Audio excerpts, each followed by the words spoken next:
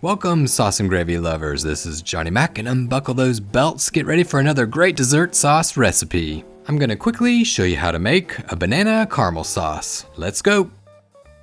Let's begin with some prep work, shall we? Take 2 bananas, peel them, break out your trusty blade, and get a little choppy on them. You can cut these guys however you like. You can cut them lengthwise for big, long bananas, or you can cut them in circles, or you can cut them diagonally, however you like. But we're gonna fry them up.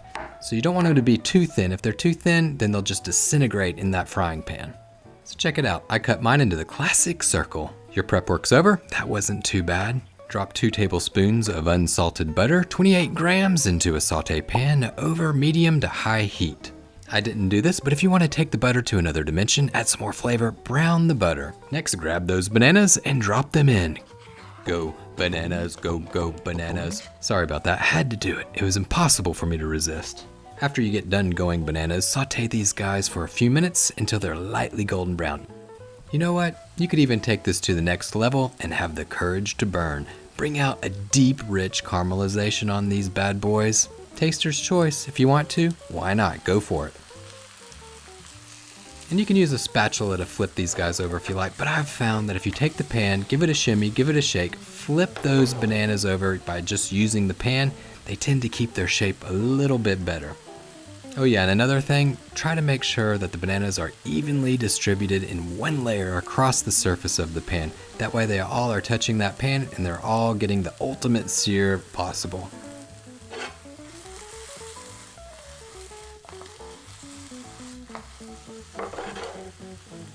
Once the bananas are tender and cooked to your taste, grab a plate, take them out, put them to the side.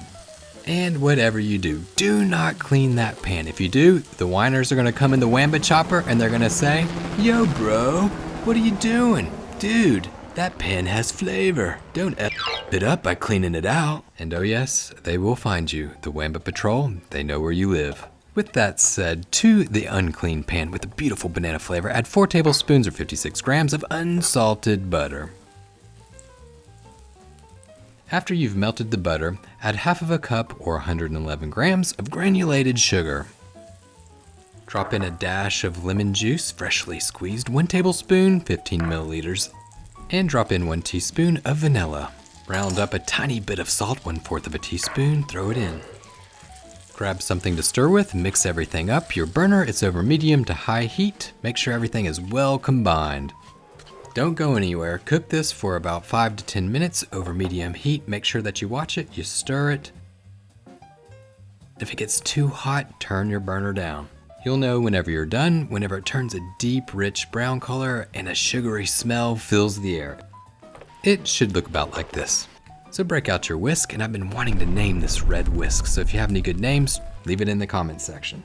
Pour in 3/4 of a cup or 187 milliliters of heavy cream. Pour it in batches, whisking all at the same time, and the caramel, it will spit, it will sputter, it will try to burn you, so don't let it.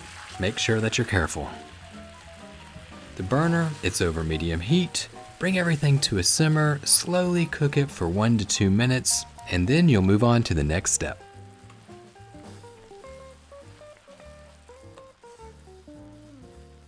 So nice work. So far, you're doing a fantastic job. It's time to round up those bananas and drop them in.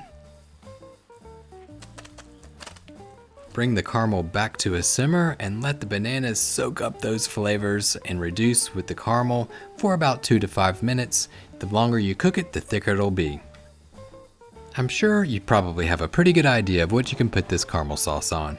It's a great breakfast or dessert topping sauce. Goes great on waffles, pancakes, French toast, crepes. Throw it on ice cream, pour it on yourself. Of course, after it's cooled down, just drink it straight, you name it. One thing is definitely for sure, after you have some of this, you will be bouncing off the walls, guaranteed. Hang in there, you're almost done. Pour this into a bowl. At first, it'll be a little bit thin because it's warm, but once it starts to cool, it'll become really nice and thick. Final step, let it cool, and then enjoy. Well, thank you everybody for watching. Hope that you enjoyed this recipe. If you found it helpful, hit that like button. And if you're not a member of the sauce and gravy community just quite yet, smash that subscribe button to learn new sauce making tips and techniques. And remember, keep whisking, y'all.